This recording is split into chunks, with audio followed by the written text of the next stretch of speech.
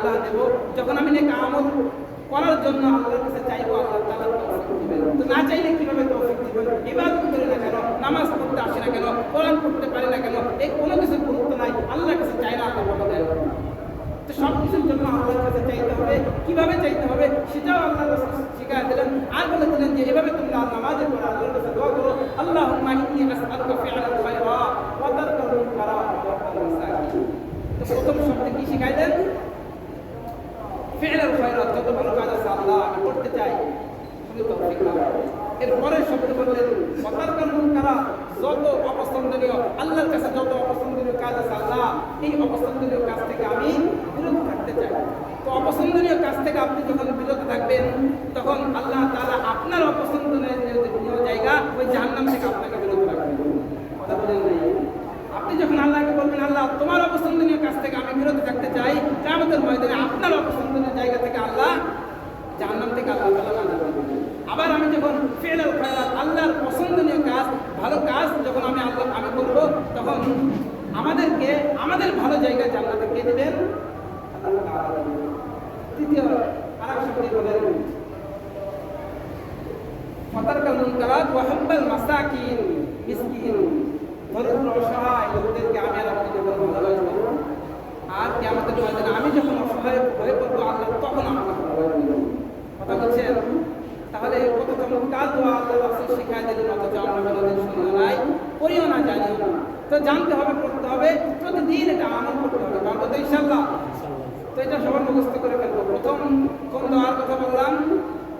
আল্লাহুম্মা, সবাই করে পড়েন আল্লাহুম্মা, একটা আওয়াজ দিয়ে পড়েন আল্লাহুম্মা আইন্নি আলা যিকরিকা ওয়া শুকরিকা ওয়া হুসনি ইবাদাতি। এটা হচ্ছে একটা দোয়া। আরেকটা দোয়া সবাই ধরে পড়েন, যদি মুখস্থ হয়ে যায়। আল্লাহুম্মা ইন্নী আসআলুকা ফি'লাল খায়রাত ওয়া তারকাল মুনকারাত ওয়া হুব্বাল মাসাকিন। তো এভাবে এই দোয়াটা সবাই আমরা মুখস্থ করব। আবার দেখেন, কিছুদিন আগে একজন আমাকে বলতেছিলেন যে হুজুর বড় দুশ্চিন্তা আছে, ব্যবসা বাণিজ্য খারাপ।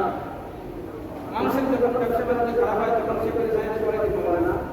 মানুষের যখন পরিবারের অশান্তি তখন সে চিন্তিত হয় কি হয় না। এভাবে দুনিয়ার জীবনে হাজারো চিন্তা আমাদের আসে। বিভিন্ন সময় বিভিন্ন মুসিবতের মধ্যে আমরা পড়ি। অনেক সমস্যা আমাদের দুনিয়ার জীবনে বেঁচে থাকতে গেলে অনেক সমস্যা হয়। সেই সমস্যা থেকে আমরা কীভাবে বাঁচব? আমাদের জীবনের সমস্ত সমস্যার সমাধান কিভাবে হবে এটা আল্লাহ রাসূল শিখিয়ে দিয়ে গেছেন। কিয়ামত পর্যন্ত যত সমস্যা আসুক না কেন সব সমস্যার সমাধানের ব্যবস্থা আল্লাহ রাসূল করে দিয়েছেন। তো তিনি আমাকে বলেছিলেন যে ব্যবসা বাণিজ্য খারাপ হচ্ছে, দোয়া করেন, চিন্তিত আছি। এভাবে আরো অনেক সমস্যা। একজন বলতেছিলেন যে সন্তানাদের জন্য খুব পেরেশানিতে আছে, আপনি দোয়া করেন। এই যে সন্তানাদি হয় না, এটাও তো একটা পেরেশানি, চিন্তা। তো আরো যত সমস্যা আছে, বিভিন্ন মানুষের বিভিন্ন রকম সমস্যা আছে, তো সব সমস্যার সমাধান আমরা কিভাবে করবো বলেন? সব সমস্যার সমাধান আমরা ওইভাবে করবো যেইভাবে সমস্যার সমাধান করবো।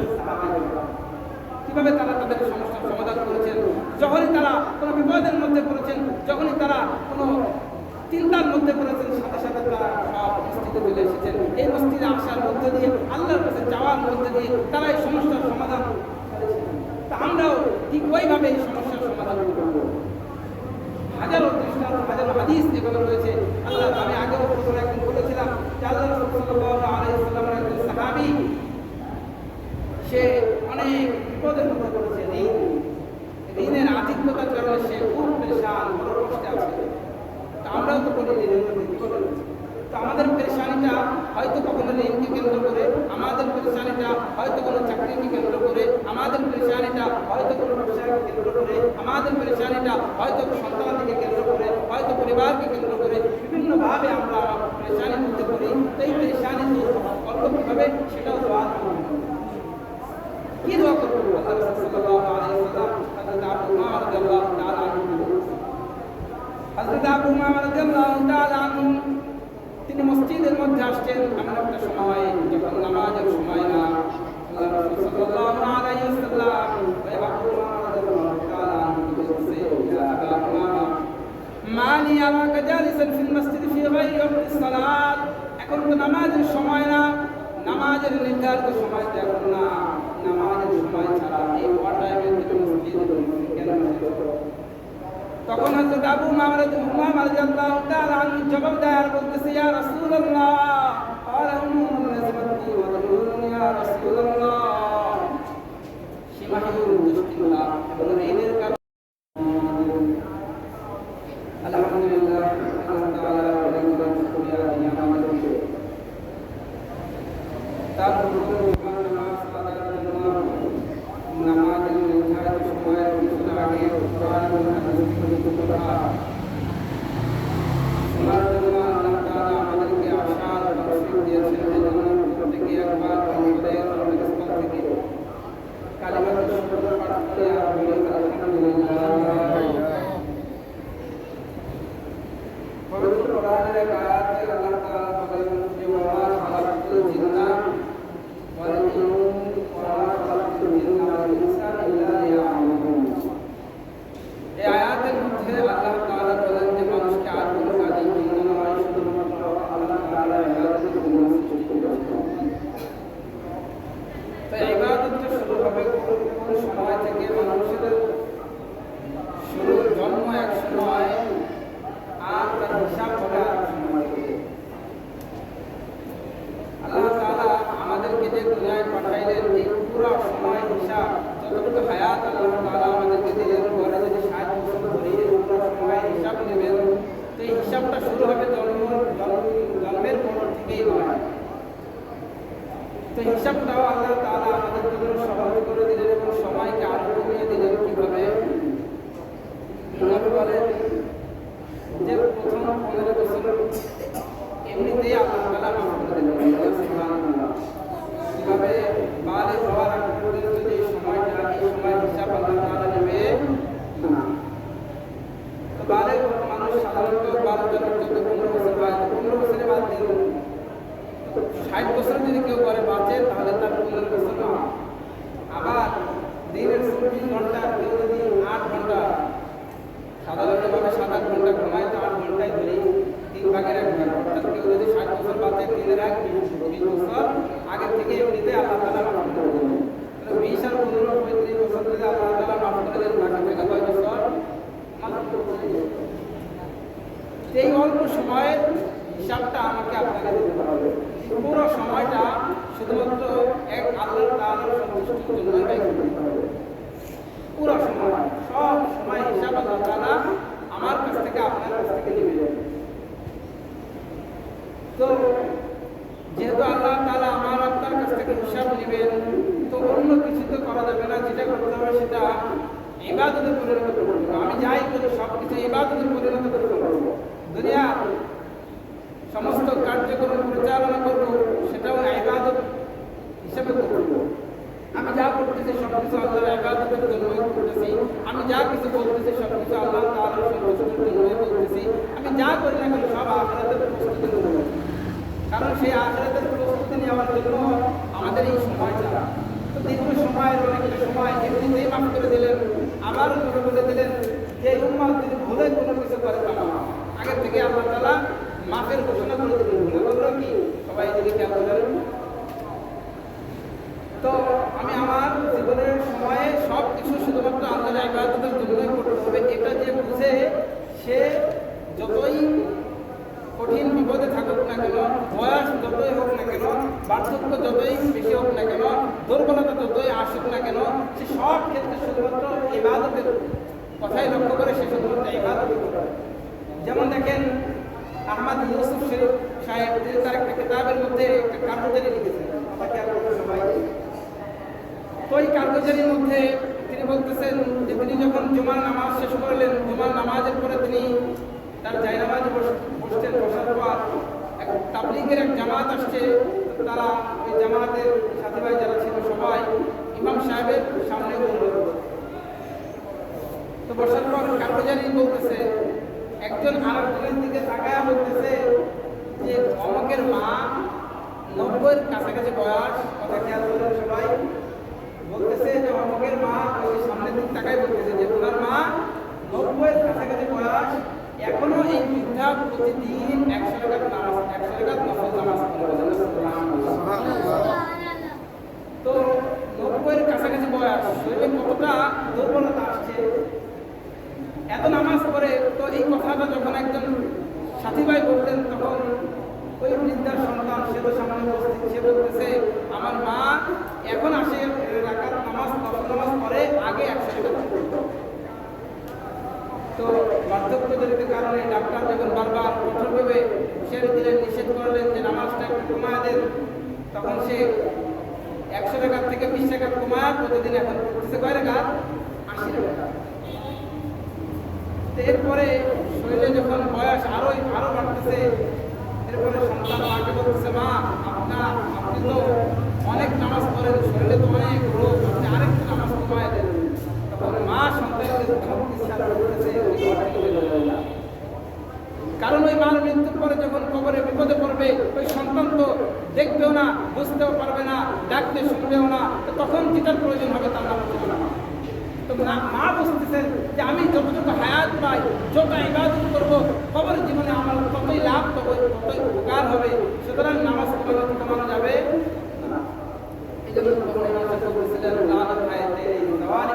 আমাদের যৌবনের উপর লানত, যে শক্তি আছে, সময় আছে, এরপরেও নফল নামাজ তো দূরের কথা, আমরা 5 ওয়াক্ত ফরজ নামাজ নেই। সেই বৃদ্ধা শুধুমাত্র একজন বৃদ্ধা এমন না, খোঁজ নিয়ে দেখেন হাজার দুনিয়াতে এমন বৃদ্ধ আছে, এমন যুবক আছে যারা শুধুমাত্র ফরজ নামাজ পড়ে ক্ষান্ত না, যারা প্রতিদিন অগণিত তারা নফল নামাজ পড়ে, তাহাজ্জুদের নামাজ পড়ে। আজকে আমরা 5 ওয়াক্ত নামাজ নেই। এই জন্য এই নামাজের জন্য আল্লাহর কাছে দোয়া করে যে আল্লাহ, হয়তো কোনো অলসতার কারণে বা ব্যস্ততার কারণে বা গুরুত্বহীনতার কারণে বা আখিরাতের কথা স্মরণ না থাকার কারণে, বিভিন্ন কারণে আল্লাহ আমি যে নামাজ পড়তে পারতেছি না, আল্লাহ আপনি আমাকে নামাজ পড়ার সুযোগ দেন, আল্লাহ নাকি আমল করার সুযোগ দেন। আল্লাহ নবীর সাহাবায়ে কেরাম এভাবে তারা দোয়া করতেন, আল্লাহ আমি যেন আমার নামাজের গুরুত্ব, আমি যেন আমার নামাজের মাত্রা, আমি যেন আমার নেকি আমলের মাত্রা যেন বৃদ্ধি করতে পারি, এজন্য তারা আল্লাহর কাছে দোয়া করতেন। আমরা তো বিপদে যখন করি তখন আল্লাহর কাছে ঠিক দোয়া করি, ঠিক আছে, কিন্তু নামাজের মাত্রা যেন বাড়াইতে পারি, ইবাদত যেন বাড়াইতে পারি, এই জন্য আমি আপনি কয়েকদিন করেছি কখনো আল্লাহ আমি প্রতিদিন নামাজের পরে যে মোনাজাত করি, মোনাজাতে 2টা হাদিস নিয়ে দোয়া করি। এই 2টা হাদিস আমাদের অনেক গুরুত্ব। এই 2টা হাদিসের মধ্যে আল্লাহ রাসূল সাল্লাল্লাহু আলাইহি ওয়াসাল্লাম সাহাবায়ে শিক্ষা দিচ্ছেন। মুআয রাদিয়াল্লাহু তাআলা আনহু বলতেছেন, আবু দাউদ শরীফ 22 নম্বর হাদিসের মধ্যে এই কথাটা আছে। রাসূল শিখাই দিচ্ছেন যে তুমি আমলের জন্য দোয়া করো। আল্লাহ রাসূল মুআয রাদিয়াল্লাহু তাআলা আনহু বলতেছে, আল্লাহি ইন্নী লা উহিব্বুকা, আল্লাহ শপথ করে বলছে মুআয আমি তোমাকে ভালোবাসি। আল্লাহ রাসূল মুআয রাদিয়াল্লাহু তাআলা আনহুকে ভালোবাসতেন আর বললেন যে আমি তোমাকে ভালোবাসি আর ভালোবাসার দাবি নিয়ে একটা কথা বলতে চাই। জীবনে কোনোদিন কোনো নামাজের পরে তুমি এই দোয়াটা ছেড়ে দিও, কারণ এই দোয়া আমাদেরকে আমল করার শিখাবে। এই দোয়াটা যদি আল্লাহ তাআলা কবুল করেন তাহলে আমি আমার ইবাদত আরো বৃদ্ধি করতে পারবো, আরো বেশি ইবাদত করতে পারবো। এই জন্য মুআয রাদিয়াল্লাহু তাআলা আনহুকে শিখাই দিলেন। শুধুমাত্র তাই নয়, বরং সমস্ত উম্মতকে এই দোয়াটা আল্লাহ শিখাই দিয়েছেন। সাহাবায়ে কেরামকে শিক্ষা দেওয়া মানে কিয়ামত পর্যন্ত সমস্ত মানুষকে শিক্ষা দেওয়া। লাকাদ আন্না ফি দুবরি কুল্লি সালাত, জীবনে কোনদিন ফরজ নামাজের পরে তুমি এই দোয়াটা ছেড়ে দিও না। প্রত্যেক ফরজ নামাজের পরে তুমি আল্লাহর কাছে বলবে, আল্লাহুম্মা আ'ইন্নি আলা যিকরিকা ওয়া শুকরিকা ওয়া হুসনি ইবাদাতিক। অর্থটা দেখেন আল্লাহ রাসূল বলেছেন, মুআয কিভাবে দোয়া করবা, এর প্রত্যেকটা অর্থটা দেখেন। অর্থ আল্লাহুম্মা আ'ইন্নি, আল্লাহ আপনি আমাকে সাহায্য করেন। তো আমি আপনি প্রতিদিন নামাজের পরে এই দোয়াটা করব আর বলবো, আল্লাহ আপনি আমাকে সাহায্য করেন। আল্লাহুম্মা আ'ইন্নি, কিসের সাহায্য? আলা যিকরিকা, আমি যেন আল্লাহ যার হৃদয়ে আল্লাহ স্মরণ আছে, ইবাদত তো সে নিজেই বেশি করবে। কি বলেন? তো প্রথমে কি বললেন? আইনি আলা যিকরিকা, আল্লাহ আপনি আমাকে সাহায্য করেন, আমি যেন বেশি বেশি আপনার স্মরণ করতে পারি, অশুকরিকা, এবং আমি যেন শুকরিয়া আদায় করতে পারি। যত নিয়ামত আল্লাহ তাআলা আমাকে আপনাকে দিলেন, প্রত্যেকটা নিয়ামতের শুকরিয়া আদায় করা দরকার। তো আমি যখন শুকরিয়া আদায় করবো তখন দেখা যাবে আল্লাহ তাআলা নিয়ামত আরো বাড়ায় দেবেন, নিয়ামত আরো বাড়ায় দেবেন। শুকরিয়া আদায় করতেই থাকবো আর আল্লাহ তাআলা আমার নিয়ামত বাড়াইতেই থাকবেন। এরপরে তৃতীয় শব্দে আল্লাহ রাসূল তাআলা বলেন ওয়া হাসনি ইবাদাতি, তুমি আল্লাহর কাছে দোয়া করো, প্রত্যেক নামাজের পরে আল্লাহর কাছে দোয়া করো, আল্লাহকে বলো ওয়া হাসনি ইবাদাতি, আল্লাহ আমি যেন সুন্দর ইবাদতগুলো, সুন্দর সুন্দর যে ইবাদতগুলো আছে যার গুরুত্ব আল্লাহর কাছে বেশি, ওই ইবাদতগুলো যেন আল্লাহ করতে পারি। এই দোয়াটা আল্লাহ রাসূল সাহাবা একরামদেরকে শিখায় দিলেন। তো বোঝা যায় যে নেক আমল যেন করার জন্য, নেক আমলের মাত্রা বৃদ্ধি করার জন্য, নেক আমল বেশি করার জন্য আল্লাহর কাছে দোয়া করতে হবে। তো প্রতিদিন এই দোয়াটা আমরা করবো তো ইনশাআল্লাহ। আমি প্রতি নামাজের পরে এই দোয়াটা যখন থেকে এই হাদিসটা আমি বলেছি, আরো দুটো হাদিস আছে সেটাও পর্যায়ক্রমে বলবো। এই হাদিস, তিনটা হাদিস যেটা আমি সবসময় পড়ি, আমি যেদিন থেকে এই হাদিসটা পড়ছি তো থেকে এখন পর্যন্ত। এরপরে আরেকটা হাদিসের কথা, যেই হাদিসের এই দোয়ার গুরুত্ব, জাহান্নাম থেকে বাঁচার গুরুত্ব যত এই দোয়ার গুরুত্ব, জান্নাতে যাওয়ার প্রয়োজন যত এই দোয়ার প্রয়োজন। তো এই দোয়ার মধ্যে আল্লাহ রাসূল সাল্লাল্লাহু আলাইহি ওয়াসাল্লাম সাহাবায়ে শিখায় দিচ্ছেন, বলতেছেন যে সব সময় আমার সাহাবারা তোমরা এই দোয়াটা পড়বে আর বলবে আল্লাহুম্মা, হে আল্লাহ, ইন্নী আসআলুকা, আল্লাহ আমি আপনার কাছে চাই ফি'লাল খায়রাত, যত ভালো কাজ আছে আল্লাহ এই ভালো কাজগুলো আমি করতে চাই। আমি আর আপনি ভালো কাজ করি না কেন? আল্লাহর কাছে চাই না, আল্লাহ তো দেয় না। তো আমি যখন চাবো আল্লাহর কাছে, আল্লাহ তাআলা আয়াতের মধ্যে বলেন রব্বুকুম উদউনি আস্তাজিব লাকুম, যে তোমরা তোমাদের রবের কাছে চাও, ডাকো, আমি আল্লাহ সাড়া দেবো। আমার কাছে চাও, আমি আল্লাহ দেবো। যখন আমি নেক আমল করার জন্য আল্লাহর কাছে চাইবো, আল্লাহ তাআলা তৌফিক দিবেন। তো না চাইলে কিভাবে তৌফিক দিবেন? ইবাদত করি না কেন, নামাজ পড়তে আসি না কেন, কোরআন পড়তে পারি না কেন, এই কোনো কিছুর গুরুত্ব নাই। আল্লাহর কাছে চাই না, আল্লাহ ভালো দেয়। তো সব কিছুর জন্য আল্লাহর কাছে চাইতে হবে। কিভাবে চাইতে হবে সেটাও আল্লাহ শিখায় দিলেন। আর বলে দিলেন যে এভাবে তোমরা নামাজের পরে আল্লাহর কাছে দোয়া করো, আল্লাহুম্মা ইন্নী আসআলুকা ফি'লাল খায়রাত ওয়া তারকাল মুনকারাত ওয়া হুব্বাল মাসাকিন। তো প্রথম শব্দে কি শিখাইলেন?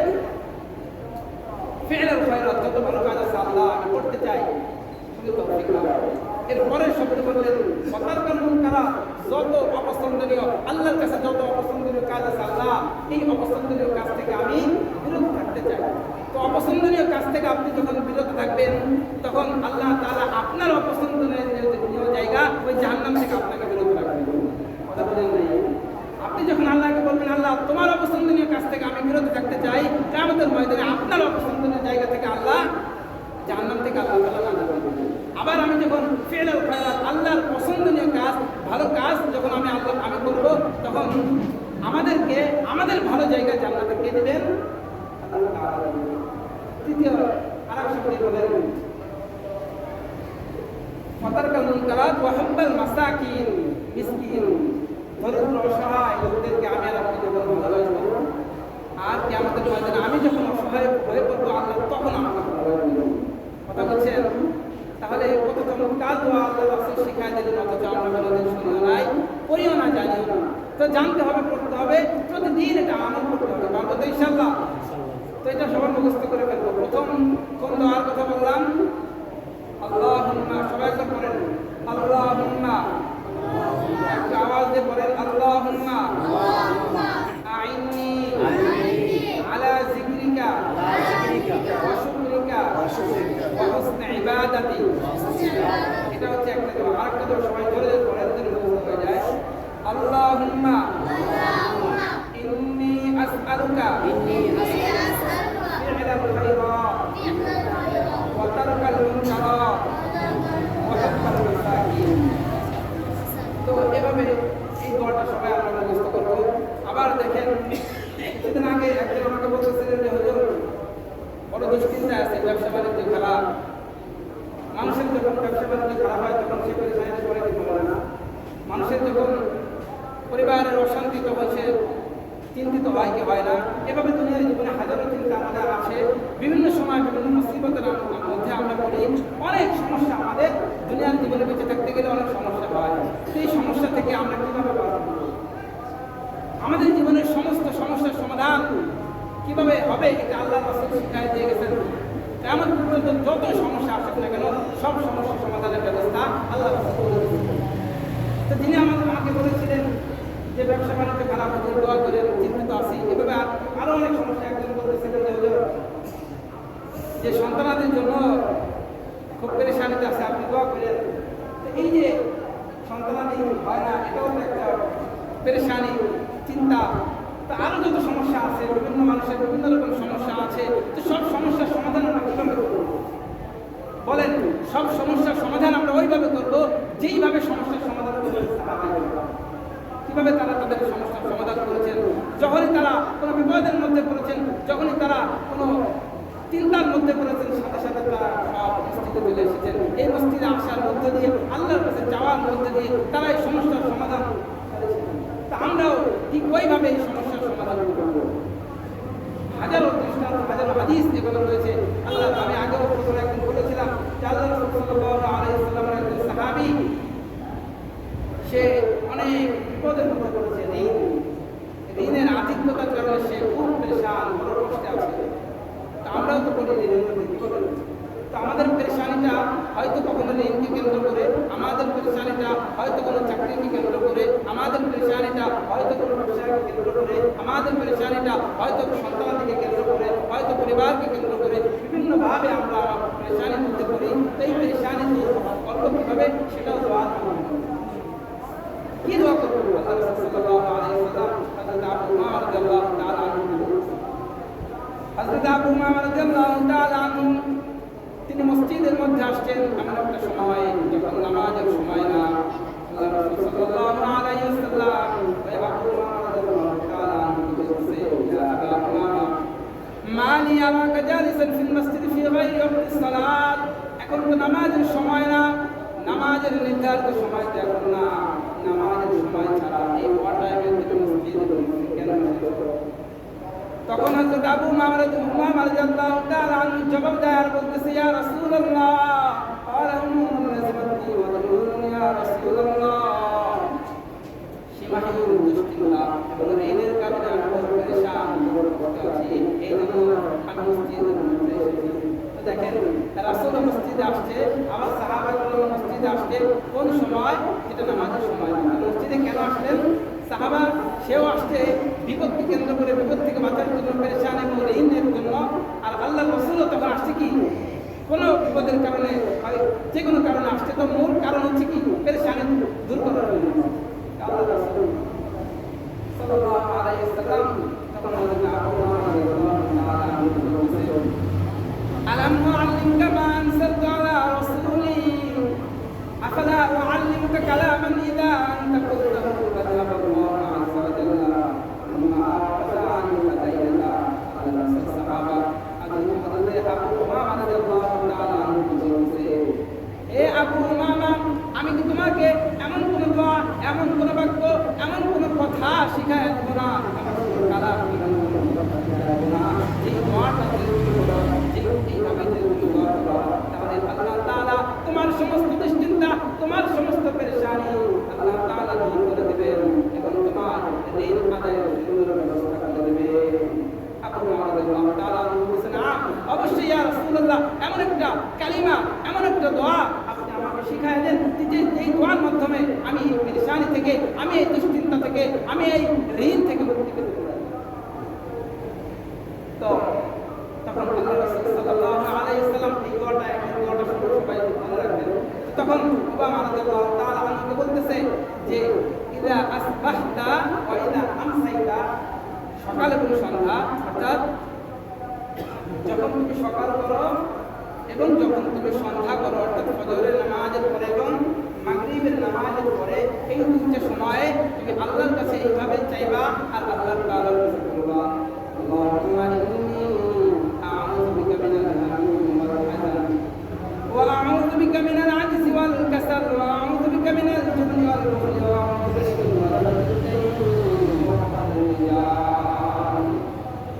আল্লাহ তাআলার কাছে তুমি এভাবে বলবা, আল্লাহর কাছে চাইবা, হে আল্লাহ, আল্লাহুম্মা ইন্নী আউযু বিকা, আল্লাহ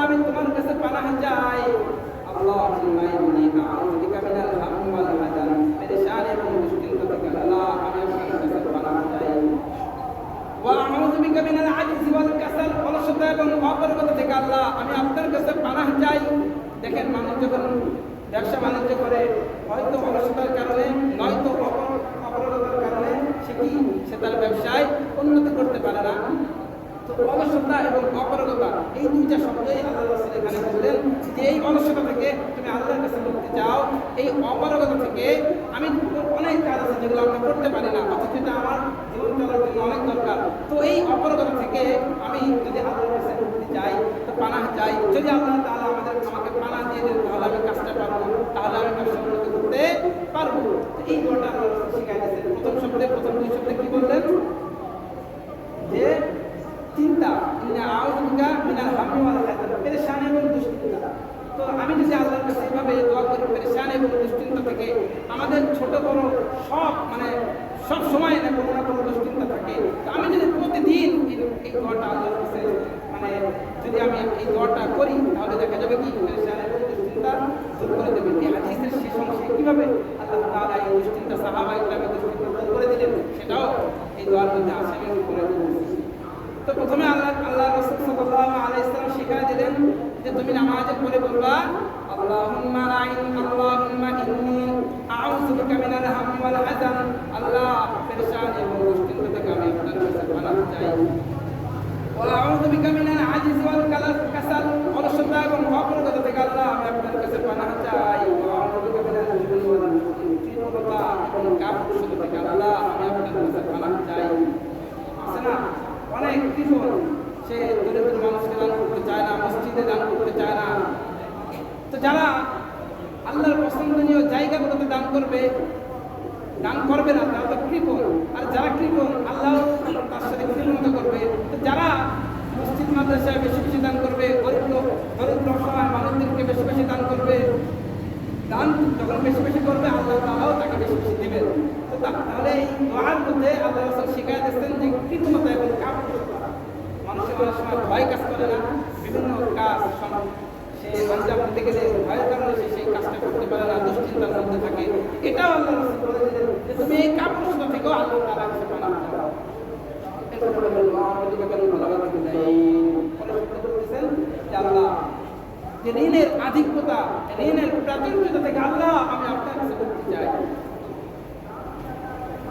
এরপরে আবার মানুষের দেখবেন অনেক শত্রু দুশমন, তাদের কারণে বিভিন্ন সময় সে পেরেশানির মধ্যে পড়ে, বিভিন্ন কাজ সে করতে পারে না, বিভিন্ন কথা সে বলতে পারে না। মানুষের অনিষ্ট থেকেও আল্লাহ রাসূল দোয়া করতে বললেন আর বলে দিলেন যে ওয়া আউযু বিকা মিনাল হাম্মি ওয়াল হাযান ওয়া আউযু বিকা মিনাল আজজি ওয়াল কাসাল ওয়া আউযু বিকা মিনাল জুবনি ওয়াল বুখলি ওয়া আউযু বিকা মিন গালাবাতিদ দাইন ওয়া কহরির রিজাল। আল্লাহ মানুষের অনিষ্ট থেকে আমি আপনার কাছে পানাহ চাই। এই যে সুন্দর একটা দোয়া আল্লাহ রাসূল আমাকে শিখিয়ে দিলেন। তো হযরত আবু উমামা রাদিয়াল্লাহু তাআলা আনহু বলতেছেন যে রাসূল আমাকে যখন এই দোয়াটা শিখিয়ে দিলেন, ইদা ফাফআলতু যালিকা, আমি কয়েকদিন পর্যন্ত এই দোয়াটা করতেছি। এরপরে কিছুদিন পরে দেখা গেল যে ফাআযহাবাল্লাহু আম্মা কাদাইনি, আল্লাহ তাআলা কিছুদিনের পরেই আল্লাহ তাআলা আমার মাধ্যমে সমস্ত ঋণ আদায়ের সুযোগ ব্যবস্থা করে দিলেন। আর আমার সমস্ত পেরেশানি দুশ্চিন্তা আল্লাহ তাআলা দূর করে দিলেন। সুবহানাল্লাহ। তাহলে এই দোয়াটা আমি যদি প্রতিদিন নামাজের পরে সবাই এটা মুখস্থ করবেন, এটা যদি করি তাহলে দেখা যাবে সব দুশ্চিন্তা পেরেশানি থেকে, মানুষের অনিষ্ট থেকে, কৃপণতা থেকে, সব এই সমস্ত খারাপ দিকগুলো থেকে আল্লাহ তাআলা আমাকে আপনাকে কি করবেন, হেফাজত করবেন। তাহলে এই দোয়ার মধ্যে একটা শব্দ আছে কৃপণতা। আমরা কৃপণতা করবো কৃপণতা, কিন্তু এখানে তো সবাই কৃপণতা করে। আমরা দেখি এই যে গত সপ্তাহে মসজিদে যে টাকাটা উঠে, গত সপ্তাহে